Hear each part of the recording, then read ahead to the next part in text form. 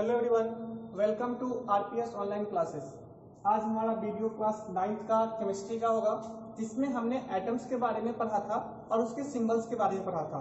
और मैंने कहा था कि किसी भी एटम का अगर हम सिंबल लिखते हैं तो उससे हमें कौन कौन सी इंफॉर्मेशन मिलती है, उसके बारे में मैंने आपको बताया था। आज हम लोग पढ़ेंगे कि जो एटम है वो किस फॉर्म में एग्जिस्ट करता है। तो याद रखिएगा, atom can exist in two form। ठीक है, पहला as a molecule, B as an ion. कि कोई भी एटम अगर है तो वो एज अ मॉलिक्यूल की तरह या फिर एज अ आयन की तरह एग्जिस्ट करता है। तो अब हम पढ़ेंगे कि एज अ मॉलिक्यूल का क्या मतलब होता है। तो मॉलिक्यूल क्या होता है कि जब कोई भी न्यूट्रल सब्सटेंस अगर वन या डिफरेंट एटम्स के साथ कंबाइन करता है, मतलब मोर देन वन एटम के साथ अगर कोई भी न्यूट्रल सब्सटेंस कंबाइन करता है और आपको जो फॉर्म करता है उसे हम कहते हैं मॉलिक्यूल्स। जैसे सपोज कीजिए हमारे पास है ऑक्सीजन, ठीक है। ये ऑक्सीजन किसी दूसरे ऑक्सीजन के साथ अगर क्या कहते हैं नेचर में एग्जिस्ट करता है as a chemically bonded together. ये जो आपका एग्जिस्ट करेगा दोनों साथ में, वो कैसे एग्जिस्ट करेगा? Chemically bonded. मतलब इसके दोनों के बीच में किसी भी तरह का एक बॉन्ड होगा, एक फोर्स होगा, जिसके द्वारा ये दोनों ऑक्सीजन आपस में एग्जिस्ट करेंगे। तो मॉलिक्यूल्स, तो मेरा ये कहने का मतलब है कि जो आपका मॉलिक्यूल्स क्या होता है, तो molecules is a neutrally electrically neutral group of two और मोर एटम्स, ठीक है। ये आप ध्यान रखिएगा, हाँ, कि मॉलिक्यूल्स जो होता है वो होता है इलेक्ट्रिकली न्यूट्रल ऑफ टू और मोर एटम, ठीक है। तो यहाँ पे ये क्या होगा? दिस इज ए न्यूट्रल, हाँ, ये क्या होगा? न्यूट्रल होगा। तो जैसे फॉर एग्जांपल O2 हो गया, फॉर एग्जांपल O3 हो गया, फॉर एग्जांपल Cl2 हो गया, फॉर एग्जांपल N2 हो गया। These all are what? Molecules, and the two different atoms are bonded, chemically bonded together। आई बात समझ में? अब इस मॉलिक्यूल को हम लोग टू टाइप्स में क्लासिफाई करते हैं। पहला होता है मॉलिक्यूल्स ऑफ एलिमेंट और दूसरा होता है मॉलिक्यूल्स ऑफ कंपाउंड। तो what is the meaning of molecules of element और मॉलिक्यूल्स ऑफ कंपाउंड? तो जो भी आपका मॉलिक्यूल्स होगा, अगर वो मॉलिक्यूल्स ऑफ एलिमेंट है, इसका मतलब कि जो एटम्स हैं they are combined together by the same types of element. कि अगर वो मॉलिक्यूल जो है, इस मॉलिक्यूल को हम टू टाइप्स में क्लासिफाई करते हैं। पहला होता है मॉलिक्यूल्स ऑफ एलिमेंट और उसके बाद होता है मॉलिक्यूल्स ऑफ कंपाउंड, ठीक है। तो मॉलिक्यूल्स ऑफ एलिमेंट कहने का मतलब है कि जो दो एटम है वो एज अ मॉलिक्यूल्स अगर प्रेजेंट है तो वो क्या होगा? सेम टाइप्स ऑफ एटम्स जब मॉलिक्यूल्स की तरह प्रेजेंट होगा बॉन्डेड केमिकली, तो उसे हम कहेंगे molecules of element. For example oxygen, chlorine, nitrogen, ozone, phosphorus, sulfur, these all are molecules of element because these molecules exist as a same types of atom chemically bonded।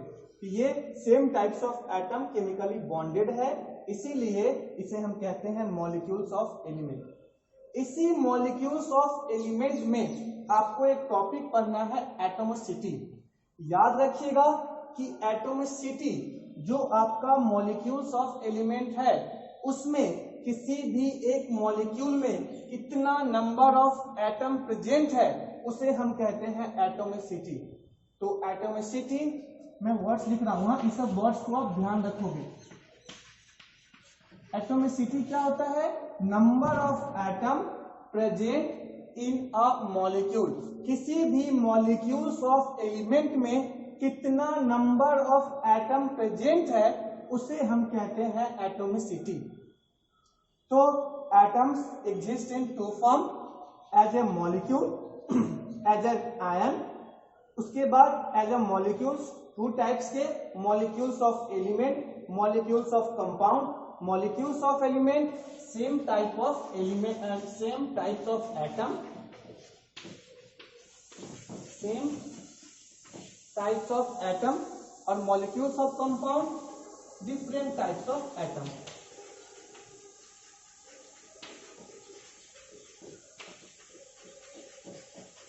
ठीक है, same types of atom, different types of atom. तो वो अगर same types of atom अगर आपका molecules of element कहलाता है, different types of atom molecule of compound कहलाता है। तो जो हमारा एटम प्रेजेंट है किसी भी मॉलिक्यूल में, उस एटम की काउंटिंग हम करते हैं by the help of atomicity. तो एटोमिसिटी क्या होता है? तो atomicity is defined as the number of atom present in a molecule, number of atom present in a molecule। for example, जैसे कि सपोज कीजिए हमारे पास है सोडियम, चाहे सपोज कीजिए हमारे पास है ऑक्सीजन, सपोज कीजिए हमारे पास है ओजोन, और सपोज कीजिए हमारे पास है फास्फोरस। अब देखिए यहाँ पे how many atoms of sodium are present? 1. How many atoms of oxygen are present? 2. How many atoms of ozone are present? मतलब how many atoms of oxygen are present in O3? तो ozone तो 3. How many atoms are present in phosphorus? P4 तो 4. तो मेरा ये कहने का मतलब है कि आप ये सब all are molecules of element, but the number of atoms in all these molecules of elements are different. So to count the number of atom, we use the term atomicity. Atomicity, number of atom present in a molecule. तो अगर हमारा किसी भी atom की atomicity अगर 1 है तो उसे हम कहेंगे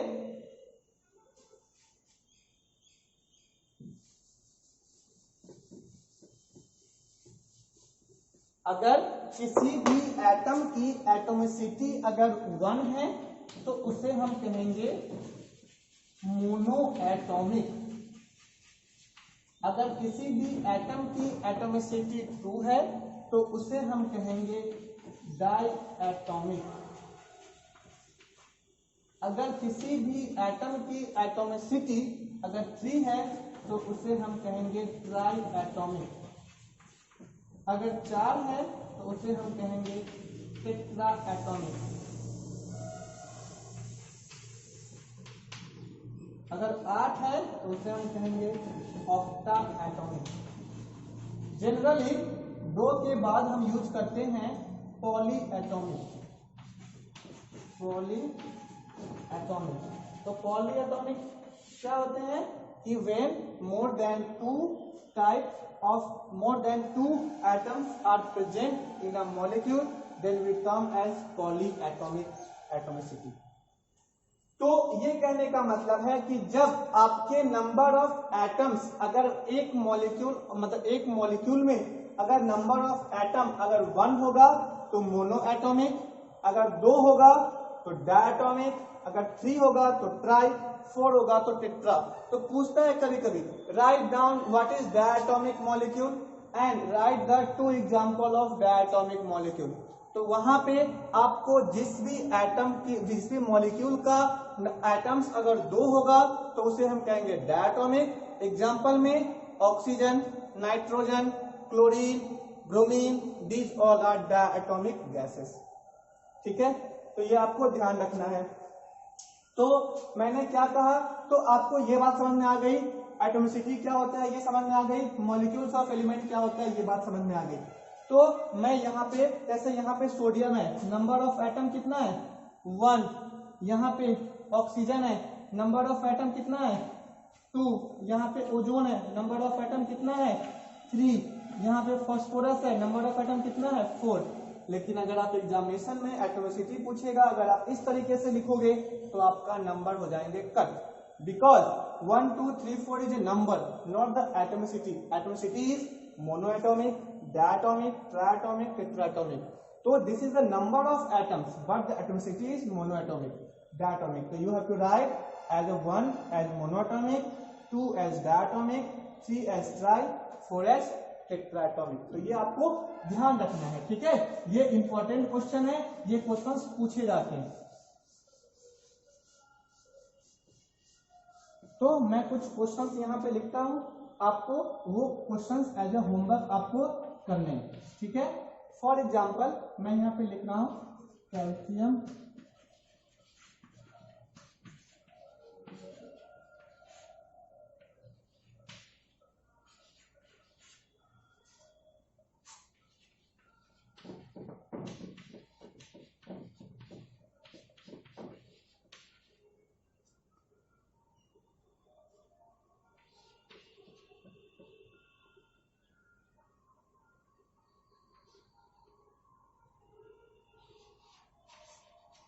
आपको ये सारे के एटॉमिसिटी लिखने हैं, ठीक है। ये आपका होमवर्क है, write down the atomicity of a molecule.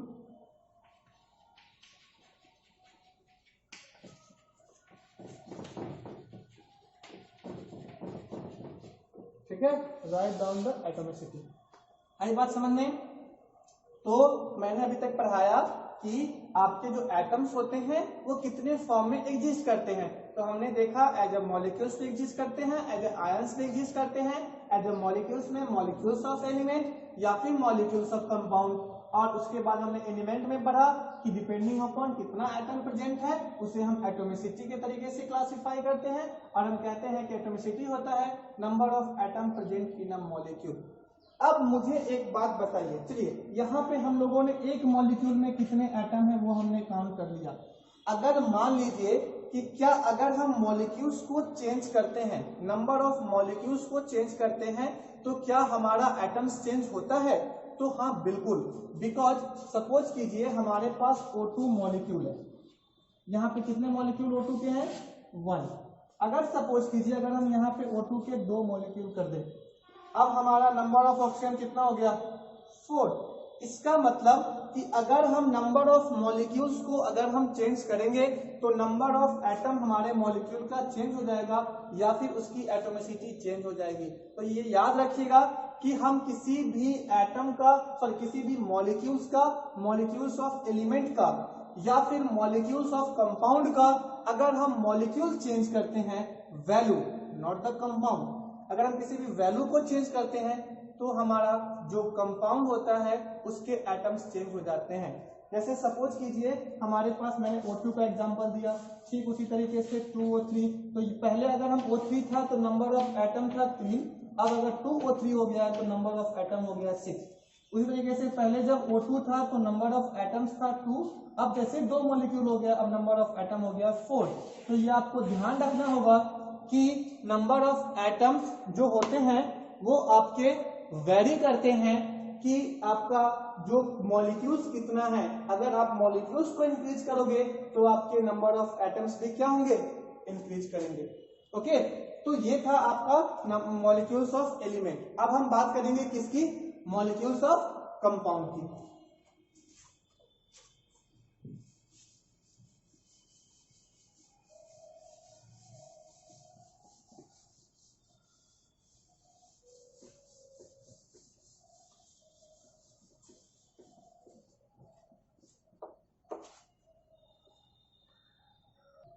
तो अब जो हमें पढ़ना है वो पढ़ना है क्या? Molecules of compound. तो हम लिखते हैं मॉलिक्यूल्स ऑफ कंपाउंड। तो what is the meaning of molecules of compound? तो molecules of compound is the when two different types of atom chemically bonded together, कि दो अगर अलग अलग टाइप्स के एटम्स अगर केमिकली अगर बॉन्डेड होते हैं तो उसे हम कहते हैं molecules of compound. For example जैसे कि हमने लिया वाटर मॉलिक्यूल, ये क्या हमारा वाटर मॉलिक्यूल है ना। तो यहाँ पे आप देखो, this water molecule is made up of 2 different types of atom. The one atom is hydrogen and one atom is oxygen. अब अगर मैं आपसे पूछूं कि these 2 different types of atoms that are present how many types मतलब how many numbers of atoms are present of hydrogen and oxygen in water molecule, कि जो water molecule है उसमें हाइड्रोजन का एटम कितना है, ऑक्सीजन का एटम कितना है। तो हाइड्रोजन का एटम आपका 2 है और ऑक्सीजन का एटम 1 है। When 1 molecule of water is taken, जब हम 1 मॉलिक्यूल ऑफ वाटर की बात करते हैं तो number of atom of hydrogen is 2 and number of atom of oxygen is 1। Molecules of compound means the 2 different types of atom chemically bonded together to form a molecules of compound। तो उसमें आपका number of atoms of hydrogen is 2 and oxygen is 1। When 1 molecule of water is converted into 2 molecules of water, then number of hydrogen atom is 4 and oxygen is 2। ये ऐसा क्यों होता है? Because this is given by the law of definite proportion। Law of definite proportion यही कहता है कि कोई भी एटम अगर एक दूसरे के साथ कंबाइन करता है तो उसका जो कंपाउंड फॉर्म होने का जो रेशियो होगा मतलब डिफरेंट एलिमेंट्स का, वो एज अ फिक्स रेशियो होगा। यही तो कहता है कि वाटर अगर कंबाइन करेगा तो वो ऑलवेज 2:1 के रेशियो में कंबाइन करेगा, 2 हाइड्रोजन 1 ऑक्सीजन। तो वहां पे आपका जो एटम की देखिए, इसको भी आप कट कीजिए तो 1:2। अगर आप इसको अगर 3 कर देते हो तब ये हो जाएगा 6 और ये हो जाएगा 3। अभी इसको कैंसिल कीजिए 2:1। इसका मतलब जो रेशियो होगा वो ऑलवेज फिक्स होगा। आप उसके मॉलिक्यूल्स को कितना भी बढ़ा दोगे तो आपका जो एटम्स होगा उसी तरीके से इंक्रीज करता जाएगा। तो ये आपको पता होना चाहिए कि किसी भी मॉलिक्यूल्स को कहने का मतलब और किसी भी एटम्स को कहने का मतलब क्या होता है। याद रखिएगा, किसी भी केमिकल रिएक्शन में हम किसी के मॉलिक्यूल्स को चेंज करते हैं, एटम्स को चेंज नहीं करते। ऐसा हम नहीं कहेंगे कि सर H2O है तो यहाँ पे हम 2 लगा देते हैं, बिल्कुल नहीं। अगर मैंने 2 मॉलिक्यूल अगर कहा है तो 2 यहाँ नहीं लगेगा या यहाँ नहीं लगेगा, कहाँ लगेगा? मॉलिक्यूल्स में। Always we change the number of molecules because if we change the number of molecules, number of atom changes simultaneously। कि अगर आप molecules को change करते हो तो atoms खुद ब खुद change हो जाएगा, because molecules are formed by the atoms।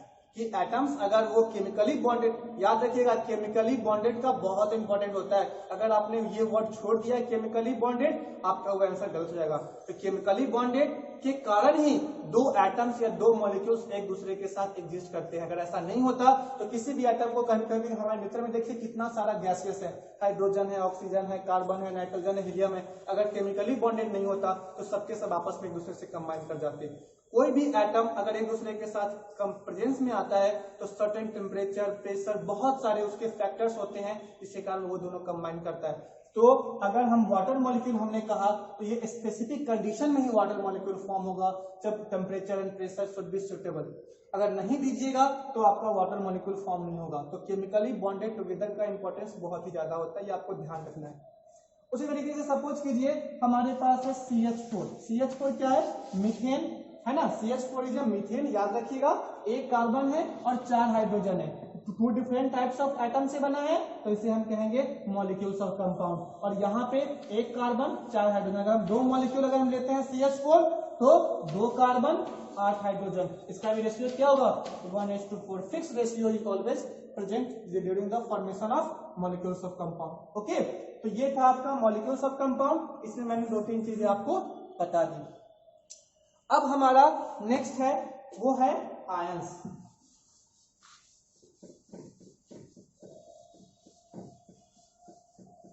तो एटम्स पहला हमने पढ़ लिया एज एन मॉलिक्यूल, अब हम पढ़ेंगे एज अ आयंस कि एटम्स जब आयंस की तरह प्रेजेंट होगा तो क्या होगा। तो देखिए आयंस जो होता है वो क्या होता है? Formation of charge by an atom. कि कोई भी न्यूट्रल एटम अगर चार्ज फॉर्म करता है तो उसे हम कहते हैं आयंस। अब ये बात आती है कि क्या कोई भी एटम चार्ज खुद ब खुद फॉर्म कर लेगा? बिल्कुल नहीं, क्योंकि हर कोई चाहता है अपना स्टेबल इलेक्ट्रॉनिक कॉन्फ़िगरेशन गेन करना। तो आप कहोगे कि सर चार्ज पार्टिकल तो हाईली अनस्टेबल, बिल्कुल सही है। तो फिर आप ये कैसे कह सकते हैं कि जो आयंस होता है उसके ऊपर अगर हम चार्ज देंगे तो वो स्टेबल होगा? ये भी आपका कहना सही है। तो फिर एटम्स जो होगा वो आयंस की तरह एग्जिस्ट क्यों करेगा? ये बात भी सही है। तो ये सबका आंसर ये है पहला जो क्वेश्चन मैंने ये पूछा कि एटम्स जो है वो आयंस की तरह एग्जिस्ट क्यों करेगा, क्योंकि हम ये जानते हैं कोई भी चार्ज पार्टिकल्स अनस्टेबल होता है। तो इसका आंसर ये होगा कि जो हमारा प्योर एटम होता है उसकी जो कॉन्फ़िगरेशन होती है, जो मैं आपको नेक्स्ट चैप्टर में पढ़ाऊंगा, थोड़ा सा याद रखिएगा कि इसकी जो कॉन्फ़िगरेशन होती है वो होती है 281। ये कैसे आया, कहां से आया, इसको हम डिस्कस नहीं कर रहे हैं, मैं बस आपको समझाने की कोशिश कर रहा हूं कि एटम्स और आयंस में क्या डिफरेंस है। ठीक है, तो एटम्स जो होता है दे आर न्यूट्रल। क्या होता है, ये आपका न्यूट्रल होता है, और इसकी जो कॉन्फ़िगरेशन होती है वो होती है सॉरी, इसकी जो कॉन्फ़िगरेशन होती है वो होती है 281। And ions that are form formation of charge, मतलब उसके ऊपर क्या होगा, कोई चार्ज आएगा। चार्ज या तो पॉजिटिव हो सकता या तो नेगेटिव हो सकता। तो अगर मान लीजिए ये अगर चार्ज फॉर्म करेगा, और चार्ज फॉर्म क्यों करता है, to gain its stable configuration, stable configuration या फिर noble gas configuration, noble gas configuration या फिर stable configuration. What is the meaning of noble gas configuration and stable configuration, कि जिसके आउटर मोस्ट सेल में 2 या फिर 8 इलेक्ट्रॉन अगर प्रेजेंट है, आउटर मोस्ट मतलब सबसे बाहरी वाले में 2 या फिर 8 अगर प्रेजेंट है तो उसे हम कहेंगे स्टेबल या फिर नोबल गैस कॉन्फ़िगरेशन। तो आपका पहला क्वेश्चन कि सर आयंस क्यों फॉर्म होगा, तो इसलिए फॉर्म होगा to gain its stable configuration. आपको पहले क्वेश्चन का आंसर मिल गया। दूसरा क्वेश्चन ये था कि सर अगर हमारा एटम अगर न्यूट्रल है तो हम उसे प्लस माइनस में क्यों कन्वर्ट कर रहे हैं, क्योंकि हमें पता है कि charge species are highly unstable. इसका आंसर ये होगा कि कोई भी एटम अगर वो आयंस फॉर्म करता है तो वो आयंस फ्रीली एग्जिस्ट नहीं करता, फ्रीली एग्जिस्ट नहीं करता। ये बहुत जरूरी है कि कोई भी एटम अगर आयंस फॉर्म करता है तो फ्रीली एग्जिस्ट नहीं करेगा। वो आयंस अगर पॉजिटिव है तो नेगेटिव के साथ प्रेजेंट होगा, अगर नेगेटिव है तो पॉजिटिव के साथ प्रेजेंट होगा, लेकिन they must be present at, मतलब क्या कहते हैं, दोनों साथ साथ रहेंगे। प्लस वाला माइनस के साथ, माइनस वाला मतलब दोनों साथ ही रहेंगे, तभी वो नेचर में एग्जिस्ट करेंगे। जैसे कि फॉर एग्जांपल हमारे पास है NaCl। हम तो NaCl को अपने आंख से नहीं देख सकते, सोडियम आयन को अपने आंख से नहीं देख सकते, Cl माइनस को अपने आंख से नहीं देख सकते, but we see the crystal of NaCl, one small very small crystal of NaCl। तो स्मॉल क्रिस्टल करने का मतलब क्या, कि जब Na प्लस और Cl minus, millions of Na plus and millions of Cl minus are combined to form a salt, मतलब कि एक Na और एक Cl मिलके सॉल्ट नहीं बनता, बहुत सारे Na और प्लस और बहुत सारे Cl माइनस मिलके सॉल्ट बनते। तो कहने का मतलब ये है कि कोई भी एटम अगर आयंस फॉर्म कर रहा है तो आयंस फॉर्म करना इसलिए कर रहा है क्योंकि उसे स्टेबल कॉन्फ़िगरेशन चाहिए। दूसरा क्वेश्चन कि एटम्स न्यूट्रल है, चार्ज स्पीसीज अनस्टेबल होता है, तो वो क्या फ्रीली एग्जिस्ट करेगा, बिल्कुल नहीं। आयंस कभी फ्रीली एग्जिस्ट नहीं करता क्योंकि दे इज हाईली अनस्टेबल। अगर प्लस चार्ज के साथ अगर माइनस ना हो तो प्लस चार्ज का कोई अस्तित्व नहीं है, तो वो प्लस चार्ज माइनस तभी होगा जब उसके बगल में ऐसा कोई एटम हो जो कि इलेक्ट्रॉन को गेन कर सकता हो। ये बात आपको ध्यान रखना है, ठीक है।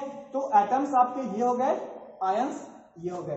तो अब मेरा ये कहने का मतलब है कि आयंस आपको समझ में आ गया कि कोई भी एटम आयंस क्यों फॉर्म करता है, आयंस क्या होते हैं। ये जो आयंस है ये दो तरीके के होते हैं, एक होता है cation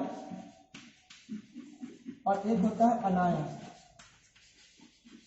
cation, अनायन, cation is positively charge, अनायन is negatively charge. Cation जो है वो प्लस, अनायन जो है वो माइनस। तो ये आपको ध्यान रखना है कि positively charge ions are known as cations and negatively charge ions are known as anions, ठीक है। तो इसके आगे का हम लोग नेक्स्ट वीडियो में डिस्कस करेंगे कि कटायंस में कौन कौन आते हैं, अनायंस में कौन कौन आते हैं, कटायंस अनायंस मिलकर अगर कंपाउंड फॉर्म करता है तो केमिकल फार्मूला कैसे बनता है, ये सारी चीजों को हम लोग नेक्स्ट वीडियो में डिस्कस करेंगे। तो हम लोगों ने आज क्या पढ़ा, हम लोगों ने पढ़ा atoms can exist in two form. पहला कि एटम्स एज अ क्या कहते हैं, एटम्स एज अ मॉलिक्यूल्स और atoms as a ions. Molecules में हमने molecules of element, molecules of compound, atomicity, और आयंस में का इंट्रोडक्शन हमने पढ़ा। तो नेक्स्ट वीडियो में हम लोग और अच्छे से डिस्कस करेंगे। होप आपको ये सारी चीजें समझ में आई होगी। अच्छे से पढ़ाई कीजिएगा और ये सारी चीजें क्लास 10 में फिर से आपको पढ़नी है, तो इसलिए इन चीजों को अच्छे से समझने की कोशिश कीजिएगा। Thank you.